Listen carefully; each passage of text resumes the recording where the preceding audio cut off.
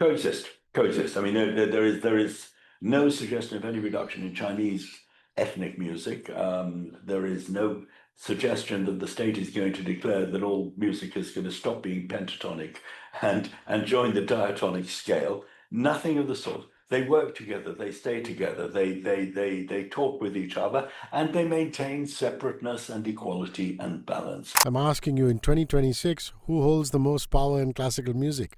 Is it the conductor, the CEO, the donor, the streaming platform, or maybe the algorithm?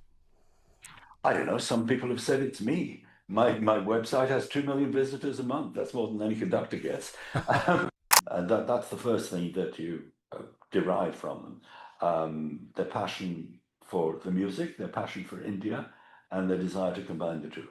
And they work tirelessly in that pursuit. I've seen many musical institutions around the world where people take themselves and the institution for granted. Here, nobody takes anything for granted. This is the National Centre for Performing Arts. All right, this is very exciting. One of the foremost writers on Western classical music is here with me on This Week at the NCPA. Norman Lebrecht, we catch him just before his talk at the Godrej Dance Theatre NCPA. And if you're in the neighborhood, that's where you should be going. This is Why Beethoven. And he's going to be talking about the composer that towers above all others. What is of particular interest to us at the NCPA is that Norman has been kind enough to not only do this talk on Monday the 16th, as we're speaking, but also did an excellent one on the 6th of February, Friday, at the Godrej Dance Theatre, the same venue. And he talked about why we need orchestras and how an orchestra defines a city. And that indeed is very close to our hearts because the Symphony Orchestra of India, India's only symphonic orchestra, is based out of the NCPA. Norman, what an honor and privilege it is to talk to you. How are you today? Fantastic. I've fallen in love with India. I don't want to go home. That warms the cockles of my heart listening to you say that. All right. It's wonderful that you did the talk that you did.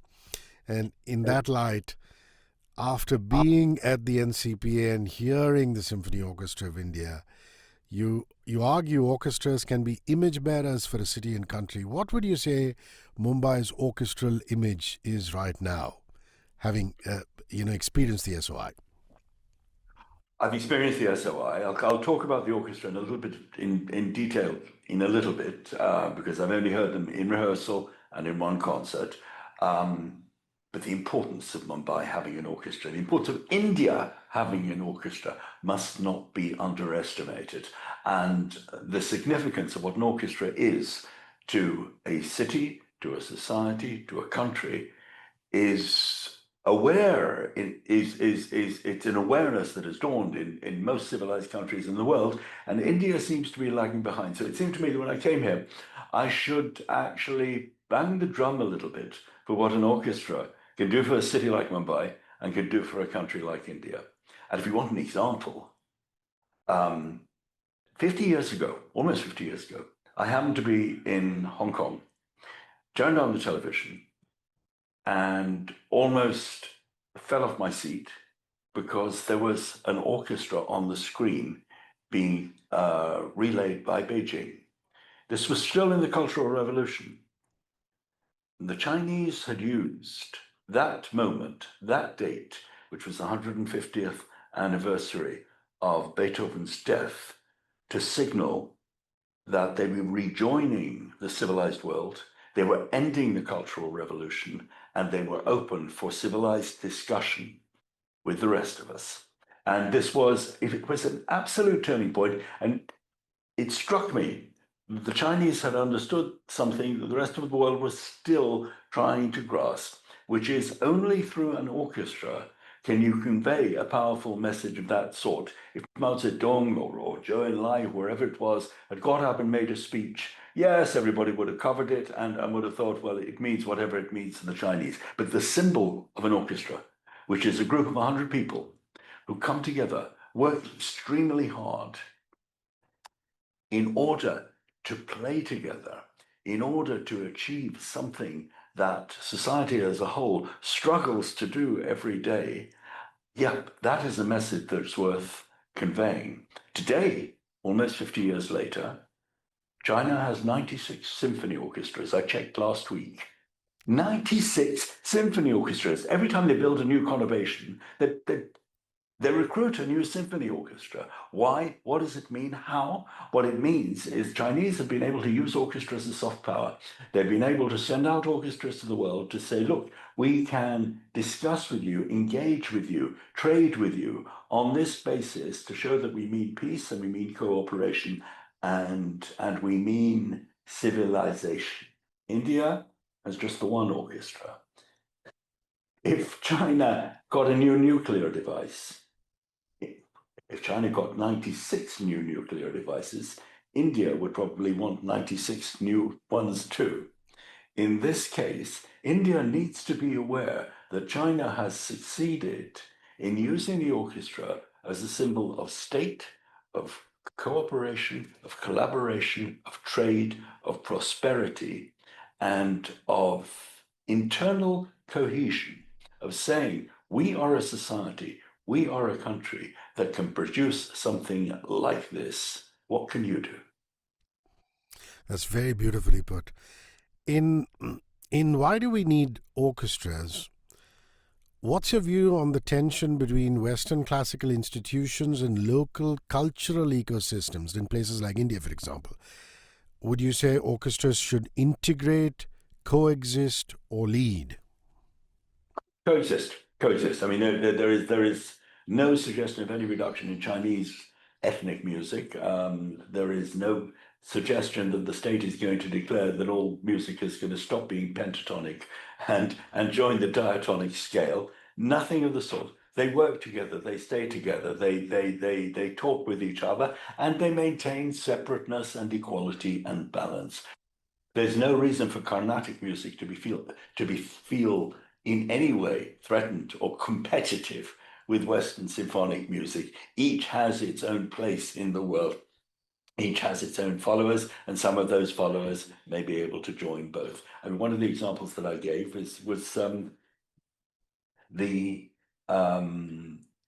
the morning signal, the opening music of All India Radio, which was written by a man called Walter Kaufmann in 1934. He was a Czech Jew who had fled from Berlin, come here to Mumbai to work in the film industry. They needed somebody to create an oral symbol, a sound that would say All India Radio, that did not reflect any of the divisions in Indian society or the Raj or anything else that was going on around, but that just said, we are human beings together and we can make a unifying sound. And if you listen to that particular sound that he created, which has Indian instruments, which has 7 resonances from the Czech composer Leoš Janáček, you will hear that the success of that mission, I mean, I think he wrote it in about an afternoon, but it's a wonderful short piece of music.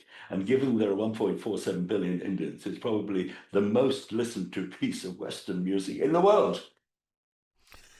How do you and what are you listening for to judge a season's artistic shape, the repertoire ambition, the conductor voice, or the orchestra sound? Let me explain myself. I mean, when you look at the SOI Spring 2026 season, Norman, the program spans tone poems, symphonies, operatic overtures, vocal works. There's Martin Brabants, Carlo Rizzi. So what are you listening for? 2 things, variety and coherence. I want a huge, as vast a range of music as possible, but with a clear line of thought that runs through them that tells me where the orchestra is, where it's going, how it's testing itself, how it's testing its audience. I want to see identity. I want to see personality. I want to know who this orchestra is by the program they put in front of me. In the same way as when I go into a restaurant, I pick up a menu, and from the menu, I get a pretty good idea of what the restaurant is. Sometimes I leave right then, which I don't do in concerts. But it is the signature of the orchestra that I want to see. I'm thrilled, absolutely thrilled, to be here when the Symphony Orchestra of India is starting a cycle of Beethoven symphonies, because Beethoven is the heart of everything. And if this orchestra is pinning its heart to Beethoven, then I know it's going in the right direction. Which really segues beautifully into my next question, which is Carlo Rizzi's SOI program includes Rossini, Puccini, Tosti, Wagner, and ends with Beethoven's Fifth on the 21st. And since your talk is on Beethoven, what's your honest take? Does Beethoven's Fifth still function as the quote-unquote gateway symphony, or has it become very overfamiliar to convert new audiences? I like that idea. I like the idea of the Gateway Symphony. I was at the gateway to India yesterday. I, um, I don't know that the fifth is necessarily a gateway symphony. Its opening is so stentorian. Incidentally, in China, it was the fifth symphony that they used to announce the end of the Cultural Revolution. During the Second World War, it was the opening of the Fifth Symphony that the Allies used to signal to the resistance in France and in other countries. So it's acquired symbolic meaning, and clearly those first two bars are the ones that are recognized by most people around the world. But it's an important symphony. It's a great symphony. It's an extraordinary achievement when you consider where Beethoven was at that time, what he was experiencing. His country had been occupied by the French. He'd had to go and hide in his brother's cellar because there was artillery raining down on him. He lived in fear of his life. And out of this, you hear, right, now we know what we're listening to. But yeah, we're listening to the French guns, among other things. But we're also listening to the beating of Beethoven's heart. We're listening to a clarion call to humanity. Stop this nonsense. Put an end to war. Let's start to cooperate. Let's live together in peace. You know, Norman, many cities struggle with classical audiences aging out. If you were advisor to the Symphony Orchestra of India or the NCPA, the National Centre of the Performing Arts, what's the single highest leverage change you'd make in programming, pricing, presentation to bring in first time listeners? I mean, you don't want to dumb down the repertoire. That's something you don't want to do. So, without dumbing down the repertoire, bringing in those first time listeners, what would be your advice? Yeah, I'm hardly the one to speak about aging. I'm in the wrong half of my 70s. But um, I'm never really worried about the demographic of the audience. What one has to do is to stimulate curiosity wherever it is to be found. And in some ways, it's easier to do this now than it has been at any time before, because people are receiving music in different ways, and they're receiving it at random. So at any time they go on YouTube to look up something that they particularly want, Dua Lipa or Taylor Swift or something like that, they may catch something down the side panel that says, "Oh, I'll switch to that." And that could be classical music, that could be Beethoven, it could be opera, it could be Mahler, it could be Mozart, it could be anything. So the opportunities of catching people's attention with something that tweaks their ear are always there. I don't. Questions of pricing and of school trips and all of that vary from one society to the next. There's no panacea. There's no recipe that works everywhere in the world. And what brings in an audience? What brings them in is curiosity and the possibility of experience something that they've never heard before. That's very well said. I'm going to move to a brief section on your books. In the Maestro Myth, Norman, you examine the power dynamics of conductors and institutions. I'm asking you, in 2026, who holds the most power in classical music? Is it the conductor, the CEO, the donor, the streaming platform, or maybe the algorithm? I don't know. Some people have said it's me. My website has 2 million visitors a month. That's more than any conductor gets. Well, I wrote the Maestro Myth 35 years ago, at a time when conductors were treated as godlike figures. Some of them became incredibly wealthy and powerful. Some of them even represented ideals for leading politicians as to how they should behave. They want to be, Mr. Modi wants to be the conductor of India. That would be an image, wouldn't it? But the image is chimerical and ephemeral. And if it's not combined with sensitivity and humanity, and above all, listening to the musicians and being with the musicians, then it is going to endanger itself and it's going to endanger the art. And what we've seen over the last 35 years is the disempowerment of conductors.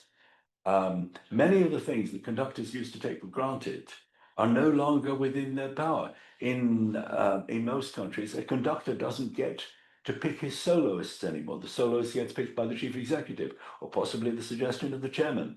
The conductor, having fragmented his or her own role so much that they're only in one place for 8 weeks of the year before they go over to the other orchestra or the other opera house, have become absentee landlords, and the tenants get restive and possibly burn down a few of the landlord's buildings. And so the conductor has become a figurehead that is often meaningless. Nevertheless, there are some conductors who've managed to buck that trend and who have established their own authority. I don't want to use the word power here. They're by their own means. For example, if I look at Kirill Petrenko at the Berlin Philharmonic, this is a man who has refused to make recordings, who has refused to give any interviews, not media, not press, not radio, not television, who maintains his own privacy and the privacy of his relationship with the musicians, which is essentially a marriage. And this realm that he has created has been of a huge advantage to the orchestra. I mean, they're playing to fuller houses than ever before. They've always played to full houses, but now you cannot get a ticket for love or money. When they go on tour, they're wanted all over the world. So that's one form of power. Another form of power is, say, Yannick Nézet-Séguin, who is music director of the Metropolitan Opera and the Philadelphia Orchestra, and of one of the two orchestras in Montreal, his native city in Canada. Yes, that is the more ubiquitous figure of conductor who heads important institutions, and from that derives its power. So the nature of power, both in music and in politics, has changed. The power of Narendra Modi is not the same as that of Indira Gandhi. You can't compare them in terms of the way that they ruled India, but you can understand something from putting them side by side and learning the ways in which they do their job. Did they take you on a guided tour of the National Center of Performing Arts? What do you think of the Jamshid Baba, the NCPA, the Godrej, where you, of course, spoke at? And these are fine people, aren't they? Marat Besangaliev, Chairman Santuk, and of course Martin Brabins, who now takes over as chief conductor. I'd like to know what you think of the facility and the good people who are running it. People who are running it are absolutely passionate, and that's the first thing that you derive from them. Their passion for the music, their passion for India, and their desire to combine the two, and they work tirelessly in that pursuit. I've seen many musical institutions around the world where people take themselves and the institution for granted. Here, nobody takes anything for granted. This is the National Center for Performing Arts. This is a mission. This is more than just a building with things going on within it. People believe in something, and that is tremendously attractive, enormously appealing. And from what I've seen of the facilities, they're excellent. The concert hall, the lecture hall, all of the other things. The potential here is enormous. And all that I can say is that I can't wait to return. This is more a personal question because, I mean, I've been on the radio 31 years now, and I admire people like yourself who are able to straddle the two. You hosted BBC Radio 3 programs, including Lebrecht Live, the Lebrecht Interview. There's obviously stuff that you took away from long format interviewing that directly shaped how you write, especially when you're writing about living artists and reputations. Talk to me about that. I like to think I've always been a good listener. But radio has taught me more than anything how to listen. And one can take risks on radio, especially live radio, that you can't really do in print. When you're writing, you revise and you revise and you revise and you revise. There is a chapter in my book, Why Beethoven, that I wrote 60 times. I literally wasn't able to sleep until I got it right. So it is a highly manufactured product, a sophisticated product that you don't let go until there is no imperfection. On radio, you're much more spontaneous, and you're not alone in the studio. There's somebody else with you, and conversation shift and change. But the most important thing I find, just listening. And I'm not afraid of silence in studio. If the person that I'm talking to doesn't want to say something, I can wait.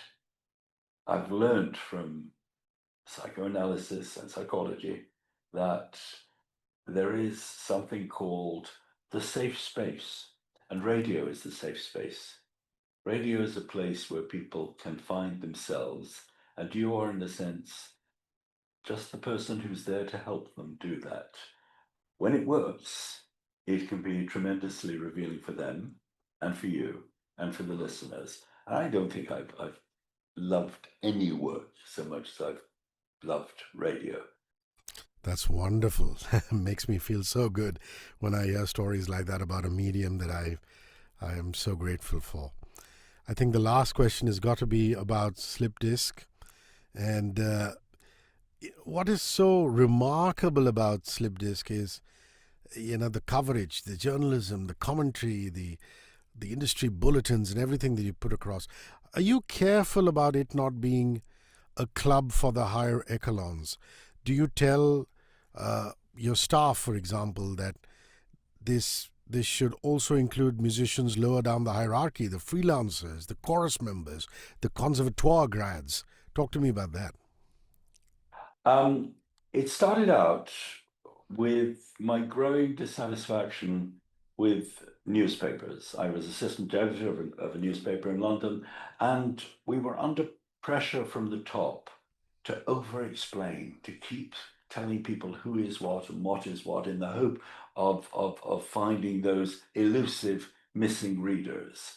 And I thought, what if one doesn't over-explain? What if one hardly explains at all? You just put out the stories there, and you assume that they're going to find their readers. Obviously, there's going to be a core musical readership, and you don't have to explain anything. But the other readers are going to be intelligent, and if their eye is caught by a headline or a picture or something else, and they come to Slipped Disc and they read about it, then they will go on Google and want to learn more about it, or they'll go on YouTube or into any other of the social media, and they will find their own enlightenment. So I try and keep it as open as possible to people of all possible interests and in all parts of the world. I haven't done an audience check recently on India. Obviously, I would like to have more readers in India because India is such an exciting country and there is such an interest in music. But I'm not pitching. I know, I know that I have a lot of readers in China. I know I have a lot of readers in the United States and in Germany and in countries where my native language, English, which is also the language of Slipped Disc, is not necessarily their first language. So people will come to Slipped Disc because they see something in a Google search. And if they like it, they'll come again. Well, I have to say this, that you have fans all over the world. I have a dear friend who heard your lecture from the Sydney Opera House in 2007. He was a college student in Tasmania, and he was so moved by the lecture that he called the radio channel, got a recording of it, just so that he could listen to it again and again and share it with others. And I remain a fan, and I hope you keep coming back to India, because we could do more with your talks, your experience, and your wisdom. Thank you very, very much for your time. I have to let you go because you have a talk to give. Thank you very much, Norman. Hrishi, thank you so much. It's been a great pleasure. 94.3 Radio 1.